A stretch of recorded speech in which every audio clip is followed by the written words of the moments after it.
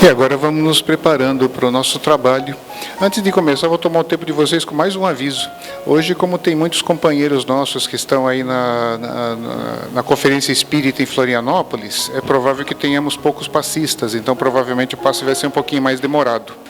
E eu gostaria também de lembrar a vocês que nem sempre o passe não é necessário assim para todos, as pessoas que estiverem se sentindo bem. Aliás, eu costumo brincar bastante com todos, dizer que, com todo respeito aos passistas pelo esforço, aquela parte que a gente vai lá na cabine e o passista impõe as mãos sobre nós, é 10% de todo o processo.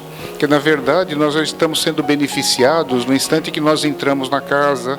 O simples fato da gente vir aqui, nós já estamos modificando nossos pensamentos. Entramos nesse ambiente, começamos a ler mensagens evangélicas no Data Show, começamos a nos concentrar da palestra, participamos de uma prece e vemos a palestra inteira, que sempre está nos transmitindo ideias boas. Isso tudo é o processo do passe. Se a gente fosse vidente, nós íamos ver muitos de nós sendo beneficiados, mesmo durante a palestra, os espíritos nos aplicando passes e fluidos, energias necessárias. Então, assim, aqueles que estão se sentindo bem, podem tranquilamente, assim que acaba a prece, descerem. Não precisam ficar aguardando para o passe, porque já vão ter recebido o seu passe. E aqueles que estiverem sentindo a necessidade do passe físico, aguardem, mas hoje provavelmente nós vamos ter ali um pouquinho mais de demora. Então vamos fazer a nossa prece para iniciarmos nosso trabalho, rogando a Deus, nosso Pai, que esteja conosco sempre, permita a presença dos seus mensageiros, os prepostos do Mestre Jesus, que sempre estão aqui em nosso benefício, nesse templo de amor e de paz. Permita, Senhor, que todos que acorrem a essa casa possam ser beneficiados e saírem daqui melhores do que entraram, aliviados de suas dores, com mais conhecimento e alegria em seus corações.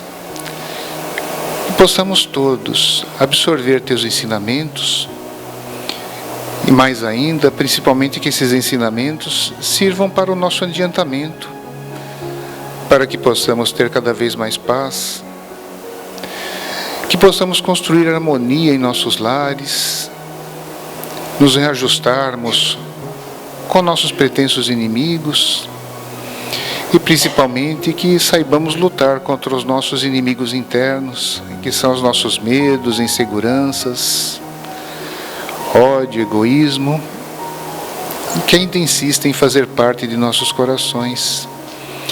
Temos muito que aprender, Mestre.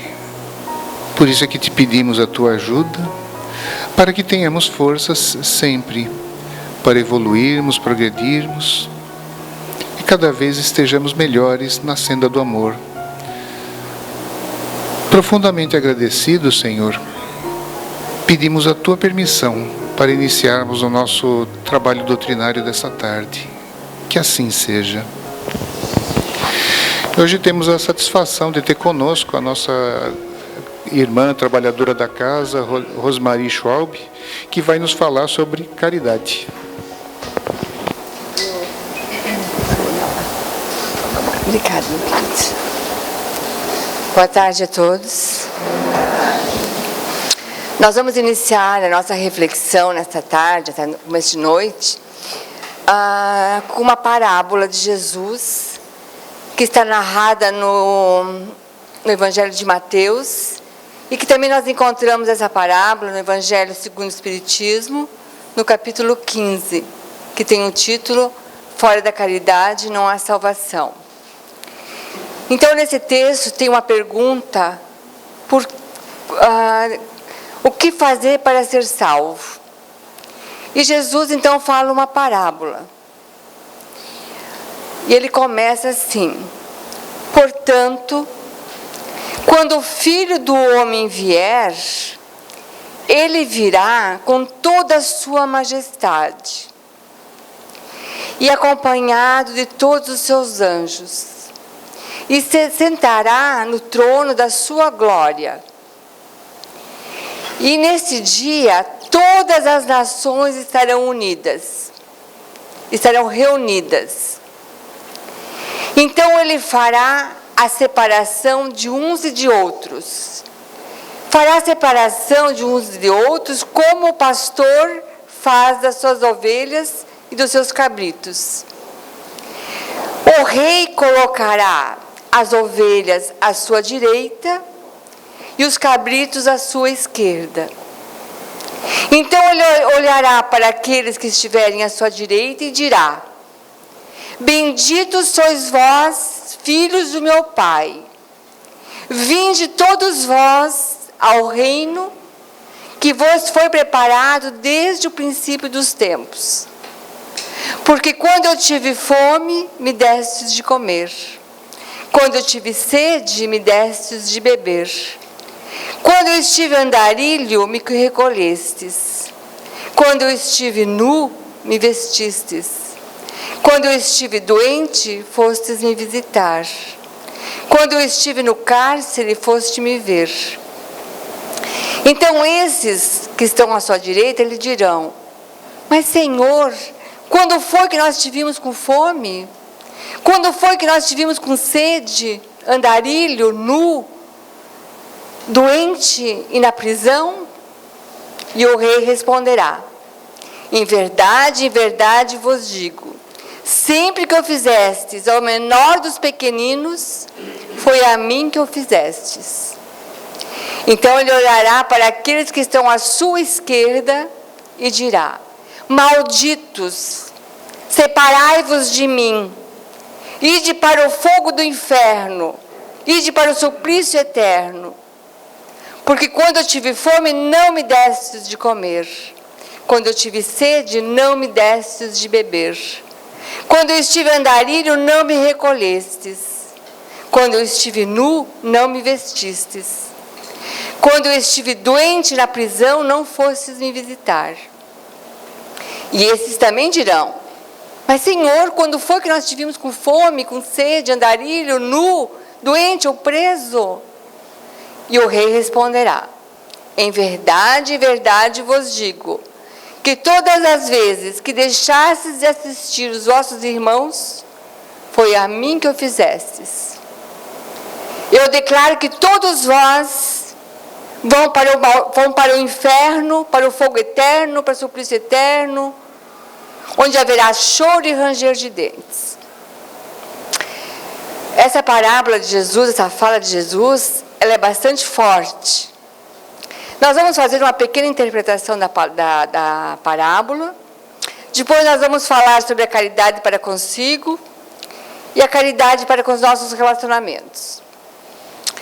Então, nesse mesmo capítulo 15 ainda, Kardec vai fazer um comentário, quando ele diz que no quadro em que Jesus fala sobre o julgamento final, nós precisamos retirar o que pertence à alegoria ou à linguagem figurada. Porque Jesus falava a homens que não tinham, que eram incapazes de compreenderem as questões puramente espirituais. Então ele precisava usar imagens materiais, imagens fortes, que chocassem, que impressionassem, para se fazer aceitar, as ideias, para se fazer compreender. E também ele não podia fugir das ideias daquela época, porque na época se acreditava em inferno, em suplício eterno, em sofrimento eterno. E vejamos que aqui Jesus nos dá uma ideia predominante, a de que ele nos oferece a felicidade para os bons e a infelicidade para os maus. E em nenhum momento Jesus fala ou se refere a práticas exteriores. Ele não pergunta sobre títulos, sobre propriedades, a posição social. Não, ele simplesmente se refere à prática da caridade. E se pronuncia dizendo: vós que fostes justos para com os vossos irmãos, passai à minha direita. Vós que fostes duros para com vossos irmãos, passai à minha esquerda.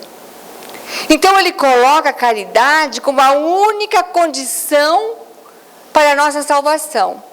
Não é uma das condições, é a única condição que ele coloca. Então essa parábola, ela vem nos falar de uma época que vai marcar o planeta Terra. Uma época em que aqueles espíritos rebeldes às leis divinas já não mais permanecerão aqui na Terra. Somente os espíritos evangelizados.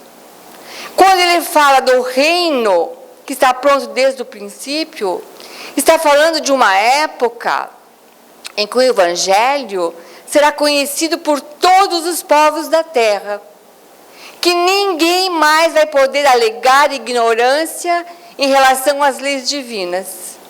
Então se iniciarão os trabalhos de purificação da terra, com vistas a passar a terra para um planeta de uma categoria mais superior. As ovelhas simbolizam os espíritos já evangelizados, aqueles que conseguiram se libertar do egoísmo, do orgulho, dos vícios, das más tendências, que já praticam só o bem, que vivem o bem. Os cabritos simbolizam aqueles espíritos que ainda não despertaram para as verdades espirituais, que ainda se comprazem no mal, que ainda vivem e praticam o mal. Quando Jesus nos fala da separação, está se referindo a dois níveis de separação. Se nós tomarmos sobre o sentido individual, essa separação já está acontecendo diariamente.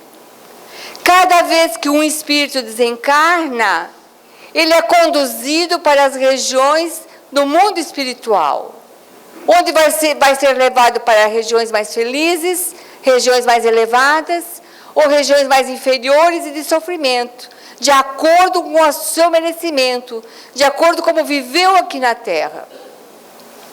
E se nós tomarmos no nível coletivo, global, vai ser um momento em que marcará o nosso planeta, vai marcar uma nova era no nosso planeta, conforme nos falam os Espíritos no livro A Gênese, no capítulo 28, item 27, quando eles nos dizem assim: para que na Terra todos os homens sejam felizes, é necessário que todos os espíritos que povoam a Terra, encarnados e desencarnados, pratiquem o bem, vivam no bem. Quando for chegados os tempos, havendo chegado os tempos, haverá uma grande imigração de espíritos. Espíritos que já não poderão mais permanecer aqui na Terra. Espíritos que ainda estão praticando o mal pelo mal, que não terão mais lugar para eles aqui no planeta Terra. Serão excluídos do planeta Terra. Irão para outros mundos mais primitivos, inferiores, onde recomeçarão toda a sua reeducação, todo o seu aprendizado. Porque se eles continuarem aqui na Terra, serviriam de obstáculo, de confusão, não permitiriam que a Terra, impediriam o progresso da Terra. Quando nós lemos, e muitas pessoas acham que isso é um castigo de Deus, mas não é. Deus não castiga ninguém, porque Deus é amor. Deus dá oportunidade a cada um de seus filhos para se refazer. Esses espíritos vão recomeçar o seu aprendizado, vão voltar a se reeducarem. É uma oportunidade que Deus nos dá a todos os seus filhos, porque Deus não quer castigar e nem destruir ninguém. Nós aprendemos na doutrina espírita que Deus é amor e que a providência divina vela por seus filhos. Que Deus anula o mal, colocando amor no coração das criaturas. Quando Jesus fala em inferno, em suplício eterno, em sofrimento eterno, isso não existe. São simbologias. Era a forma que Jesus precisava falar, eram as ideias da época. Não existe sofrimento eterno, não existe inferno. O que existe são espíritos que erraram juntos e que não se perdoam. Então tem que continuarem convivendo juntos, se refazendo, se reeducando, até conseguirem se corrigir e vivenciarem o verdadeiro amor, trabalharem o amor dentro de si, se perdoando e se amando. O tempo vai depender de cada um de nós, de cada um que estamos aqui na Terra, o tempo que vamos levar para alcançar essa purificação. E Jesus, quando diz: quando eu tive fome, me destes de comer. Quando eu tive sede, me destes de beber. Quando eu estava andarilho, me recolhestes. Quando eu estava nu, me vestistes. Quando eu estive doente, foste me visitar. Quando eu estive preso, foste me ver. Aqui Jesus está enumerando todos os nossos deveres. Nossos deveres materiais e morais com relação de uns aos outros, com uns e os outros. Principalmente os mais favorecidos em relação aos mais necessitados. É a aplicação da lei da fraternidade. Porque dar de comer a quem tem fome não significa dar apenas um prato de comida, uma cesta básica. Claro que é muito importante.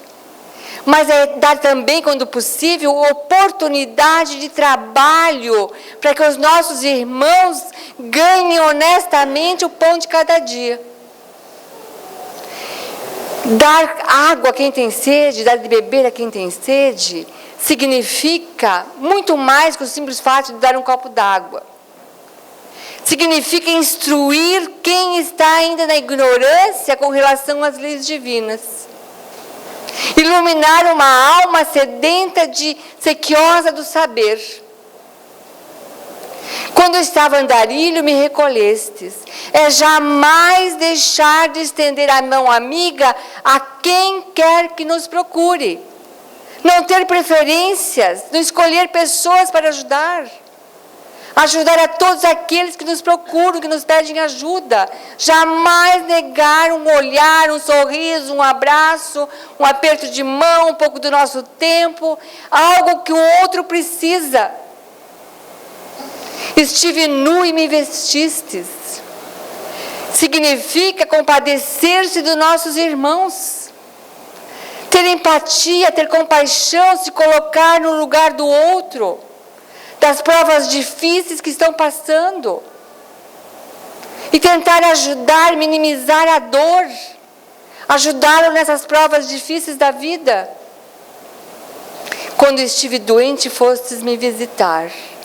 Visitar um doente é uma atitude cristã, que não eleva apenas a alma de quem faz a visita, mas ajuda muito aquela criatura que está doente. Principalmente quando é um doente abandonado, sozinho.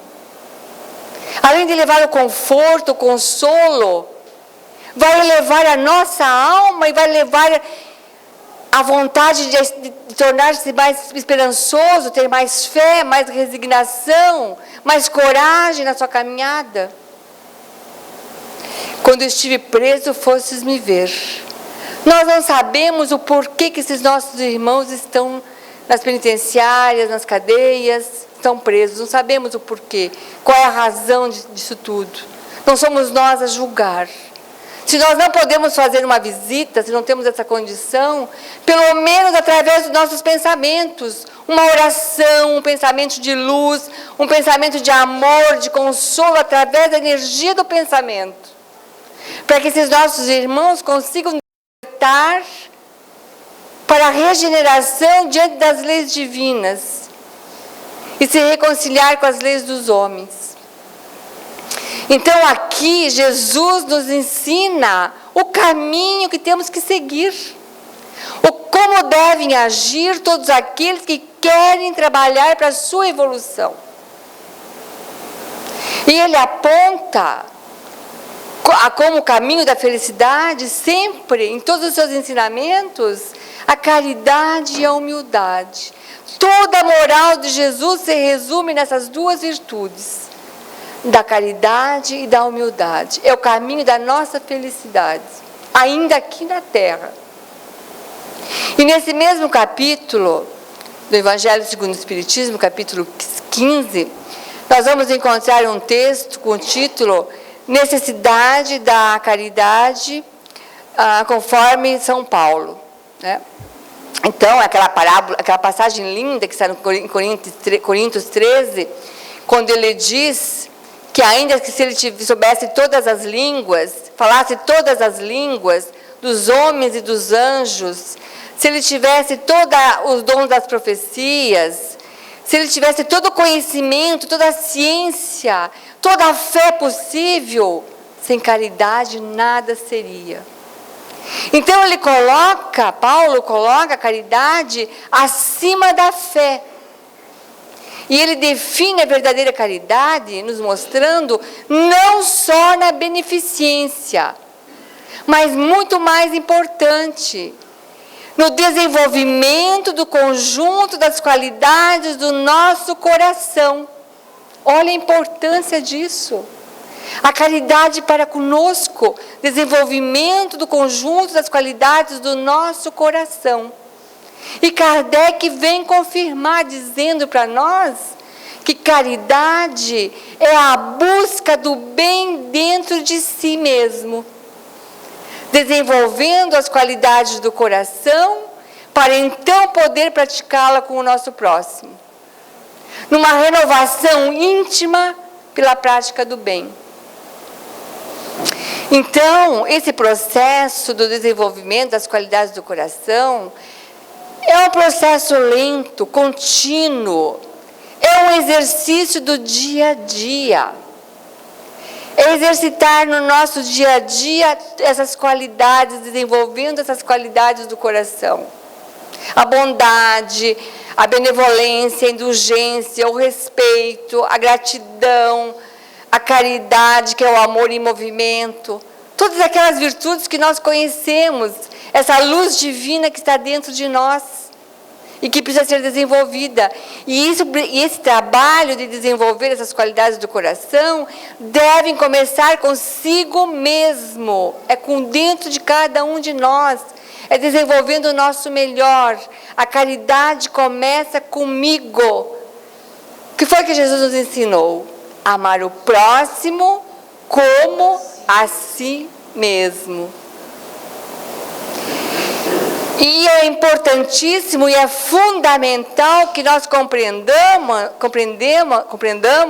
e aprendamos que é preciso praticar a caridade focando na nossa própria evolução. Talvez alguns achem isso uma ação egoísta, mas não é. Vamos pegar um exemplo bem simples. Quando nós embarcamos num avião, fazer uma viagem, quando entramos no avião, nós recebemos um aviso. Em caso de despressurização, coloque a máscara de oxigênio. Primeiro em você, depois pode auxiliar os outros, as outras pessoas.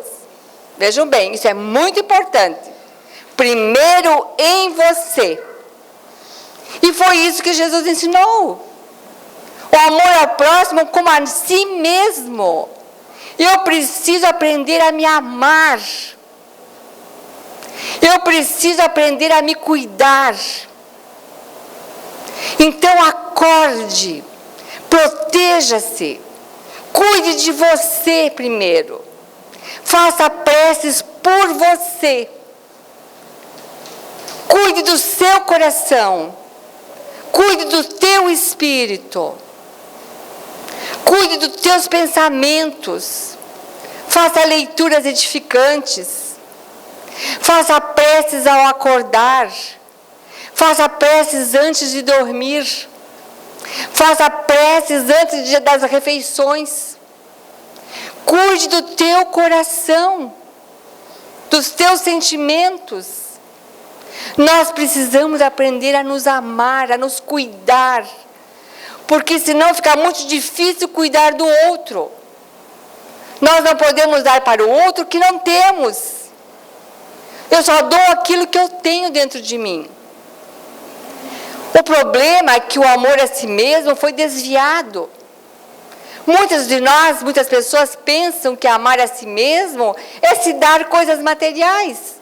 É pegar o cartão de crédito, ir para o shopping, torrar o cartão de crédito. Se encher de presentes. É fazer aquela viagem. O amor a si mesmo é cuidar do nosso coração. É cuidar dos nossos sentimentos. É cuidar do nosso espírito. Nós precisamos aprender a nos cuidar, a nos amar, para poder amar e cuidar do outro. E Jesus foi muito claro com referência ao amor a si mesmo. Ele nos deu como referência ao amor a si mesmo na base de todo o processo de amor. Como base de todo o processo de amor. Mas ao passar dos séculos, esse princípio foi deturpado devido a alguns fatores religiosos. Passou-se a determinar que amar a si mesmo era egoísmo, egocentrismo. Mas não é. Nós precisamos desenvolver um caso de amor conosco mesmo. Nos cuidar mais, nos amar mais. Porque se nós ficarmos nessa busca louca de só querer ajudar os outros, nós vamos perder a nossa máscara de oxigênio. E outro ponto fundamental. Ninguém tem responsabilidade pela consciência do outro. Cada um faz as suas escolhas. Nós não somos responsáveis pelas escolhas do outro. Com exceção, se temos sob nossa responsabilidade algumas pessoas de menor de idade ou incapazes, que precisam ser orientadas e educadas. Mas cada um faz as suas escolhas. Caridade para consigo mesmo é como um forno ligado e quente, irradia calor. Se nós somos pessoas que temos o hábito de praticar a oração, a prece diária, se nós somos pessoas que temos o hábito de praticar bons pensamentos, se estamos em sintonia com a nossa programação espiritual, nós vamos irradiar luz. A nossa caridade individual vai emanar luz. E nós vamos ajudar os outros sem querer, porque é natural. Porque nós vamos irradiar aquela luz que nós construímos dentro de cada um de nós. E a melhor forma de ajudar o outro é através do nosso exemplo. Quando eu me encontro comigo mesmo, quando eu tenho um bom relacionamento com Deus, quando eu faço sair luz do meu espírito, pela energia das qualidades, do conjunto das qualidades do coração, o meu exemplo contagia os outros.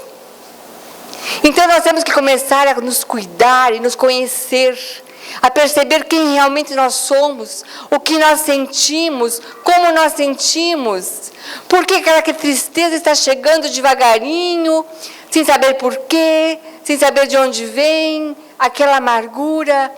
Pare nesse momento. Faça preces para você. Faça leituras edificantes.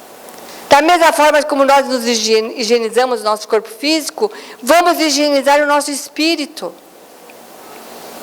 Na hora do banho, faça uma prece e imagine que aquela água está lavando o teu espírito, tirando todas aquelas energias negativas, aqueles pensamentos ruins, todo aquele mal-estar, aquela tristeza, tudo aquilo que você tem de ruim, tendo tudo para o ralo abaixo. Mas procure se amar, se cuidar. E lembremos com a maior caridade através do nosso exemplo, o nosso exemplo de vida.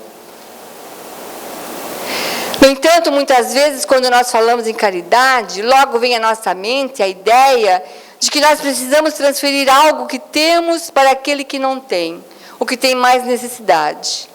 Mas muitas vezes a verdadeira caridade não é transferível. Claro que dar um prato de comida para quem está com fome é o ato de maior generosidade. Dar água a quem está enfraquecido pela sede é a melhor coisa que nós podemos fazer. Quem tem frio precisa de agasalho.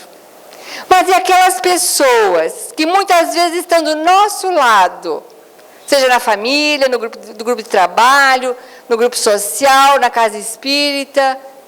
Aquelas pessoas que não precisam dessas coisas materiais, que não precisam dessas coisas palpáveis, que estão profundamente carentes de um outro tipo de patrimônio. Quem sabe o nosso abraço, o nosso sorriso, nosso aperto de mão, nosso olhar, nosso cumprimento. Por essa razão que os espíritos superiores responderam a Kardec na questão 886, que a caridade significa, conforme o entendimento de Jesus, significa benevolência para com todos, bondade para com todos, bondade sem escolher pessoas, bondade sem distinção, sem eleger pessoas, indulgência para com as imperfeições alheias. É não ver focar tanto o defeito do outro. Infelizmente, nós focamos muito os defeitos dos outros. Enumeramos, criticamos. E o perdão das ofensas. Portanto, os espíritos, os benfeitores espirituais, circunscreveram a caridade ao âmbito dos nossos relacionamentos. Porque nós podemos exercitar essa caridade em todas as nossas relações humanas. E aqui então se abre um caminho novo para nós, para a nossa reflexão. Um outro campo para refletirmos. Porque é nos nossos relacionamentos que nós adoecemos. É nas nossas relações que nós experimentamos a carência. É nas relações humanas que nós experimentamos a depressão. E também nas relações humanas, nos nossos relacionamentos, que nós experimentamos a mágoa. Então vejam que os Espíritos nos ensinam que a prática da caridade, primeiro para consigo, depois para com o outro, é o caminho para a saúde e a integridade do nosso espírito. Mas também é um elemento para preservar as nossas relações, os nossos relacionamentos. Num livro chamado Agenda Cristã, André Luiz, o espírito André Luiz escreve, através de Chico Xavier, quando ele fala a respeito de relacionamentos, de família, ele diz assim, ele nos aconselha que todos nós deveríamos receber e tratar os nossos familiares como se eles fossem visitas. Por que ele nos diz isso? Porque nós sempre guardamos o nosso melhor para aquelas pessoas que nós temos pouca intimidade. E quando a intimidade vai crescendo, vai aumentando a intimidade, nós vamos fechando as comportas da nossa bondade. Nós vamos guardando os nossos sentimentos, vamos fechando os nossos corações. Você já se perguntou por que a gente faz isso? Por orgulho, talvez? Por não querer dar o braço torcer, dizer eu te amo, eu preciso de você, você é importante na minha vida, como é bom estar com você nessa família. Sorrir mais, abraçar mais, dialogar mais. Nós vamos deixando de lado o nosso melhor, vamos escondendo o nosso melhor com relação aos nossos familiares. E nos damos o nosso melhor para aquelas pessoas que a gente nem conhece. Então, quando chega a esse ponto, o nosso sorriso passa a ser um presente para os estranhos. A nossa gentileza, uma dádiva para quem nós encontramos lá de vez em quando. A nossa amabilidade, a nossa educação, só para aqueles que nós encontramos na rua. E aquelas criaturas, aquelas pessoas, aqueles seres humanos que estão junto conosco, no nosso dia a dia, no nosso cotidiano, na nossa jornada, que constroem conosco essa jornada na Terra, nós fechamos o coração. Nós guardamos os sentimentos, guardamos a nossa bondade, escondemos a nossa bondade. Na verdade, nós nos traímos uns aos outros. Porque nós deixamos de oferecer o nosso melhor Deixamos de oferecer as maiores dádivas que Deus nos concedeu.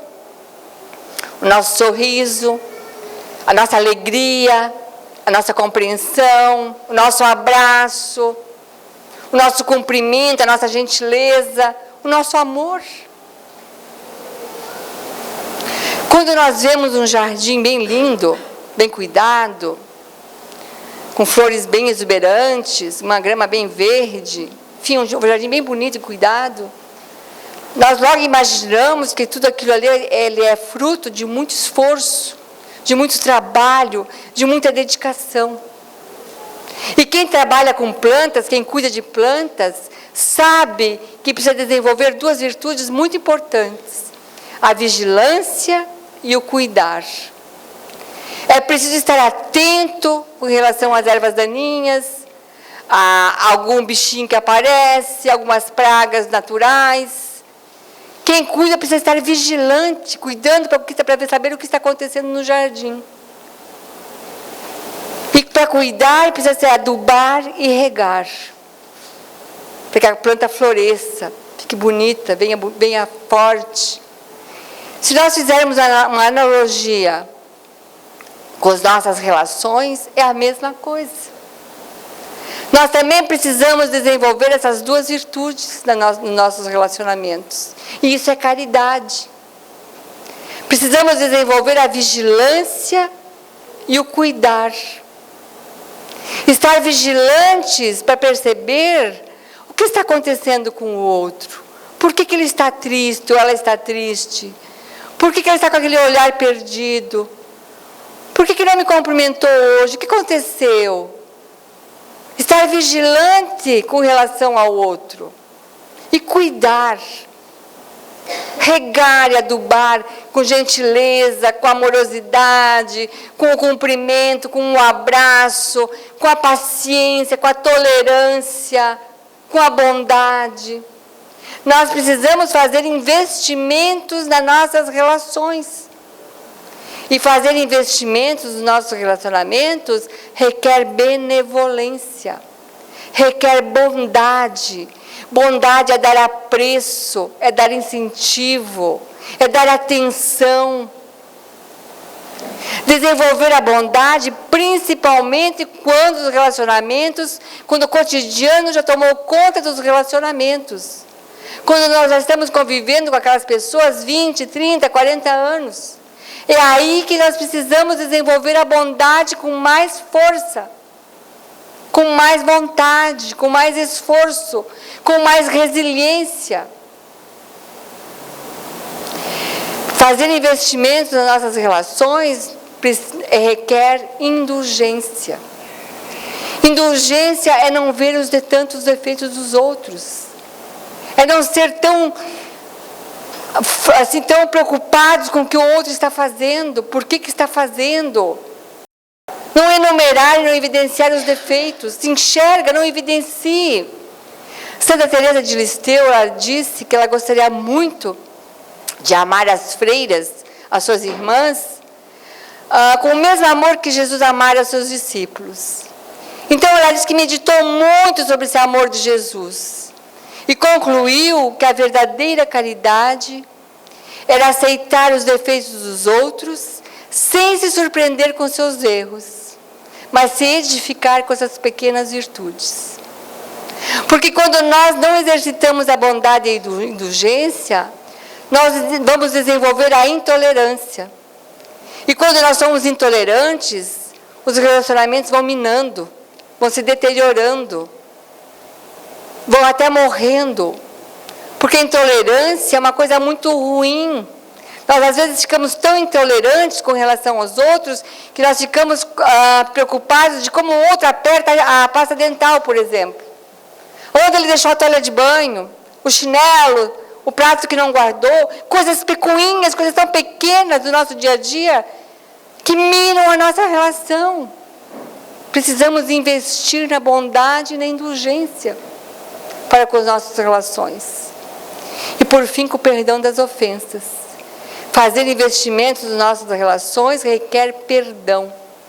O perdão não é esquecer o que o outro nos fez, mas é transcender aquilo que foi feito. Modificar, transformar. Nós precisamos aprender a perdoar, porque nós também precisamos do perdão. Nós precisamos perdoar, porque nós precisamos aprender a amar, experimentar o amor. Tem um caso bem contado para os amigos de Chico Xavier, que vem bem ilustrar o fato do perdão.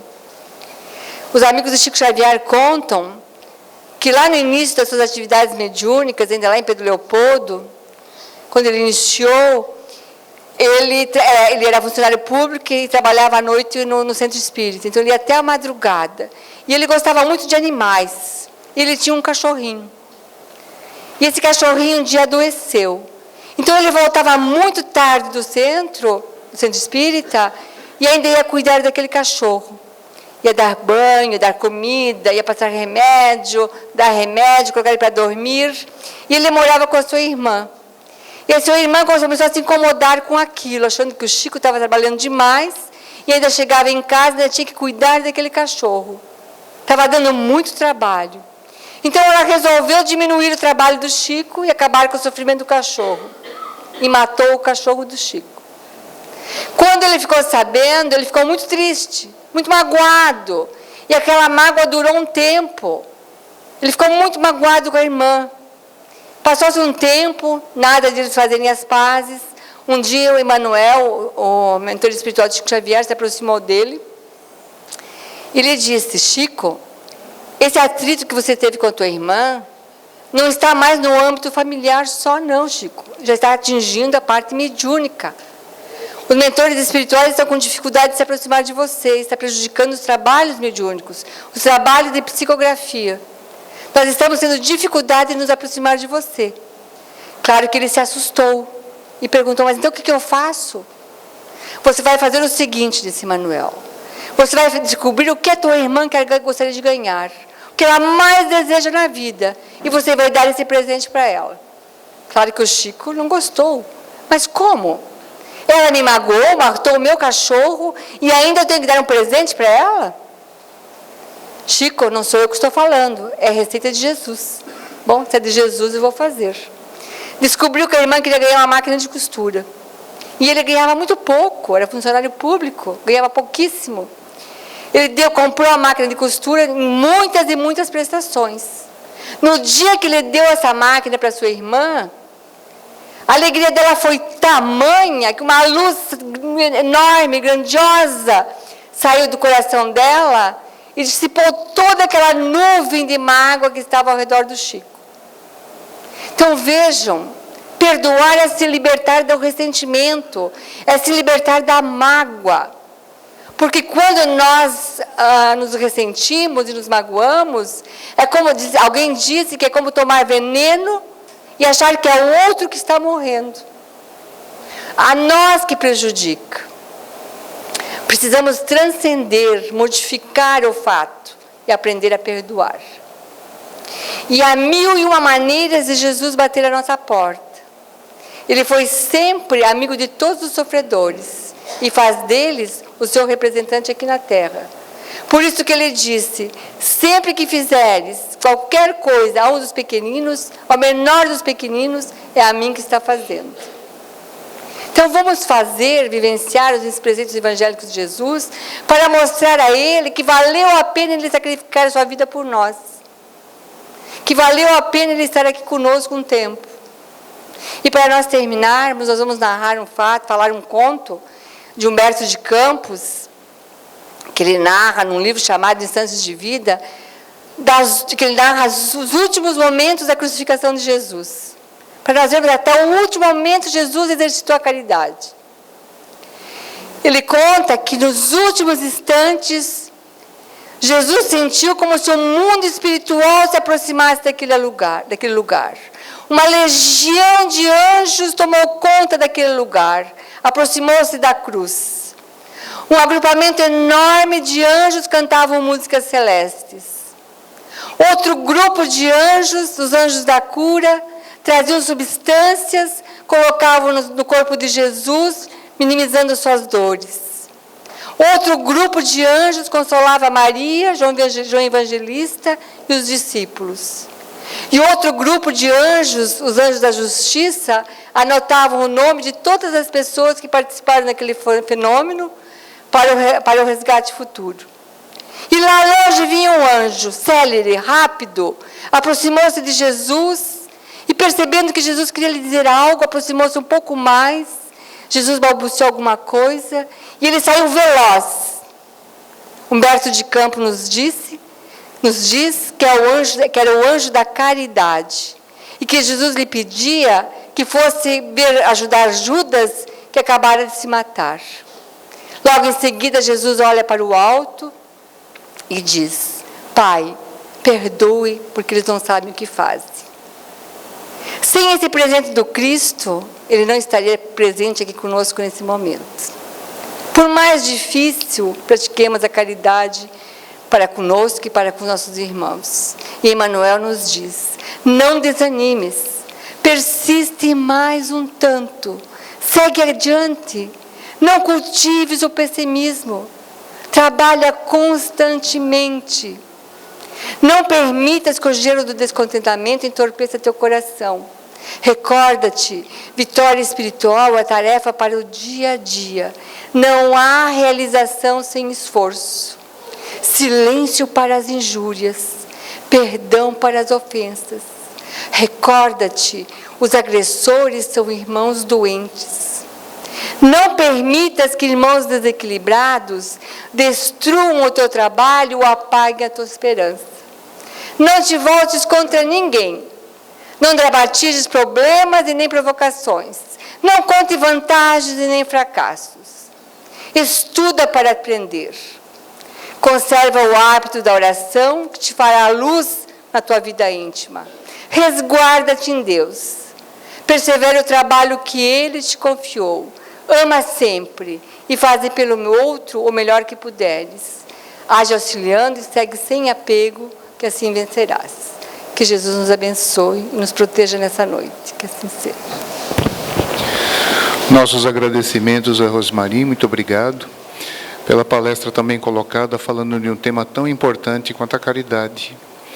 E que fique sempre em nossos corações, que façamos a nossa parte. Aqueles que não conseguem fazer são nossos irmãos doentes, como ela mesma narrou, que vão ter que... Mas nós estaremos curados em frente a essa coisa tão importante nas nossas vidas.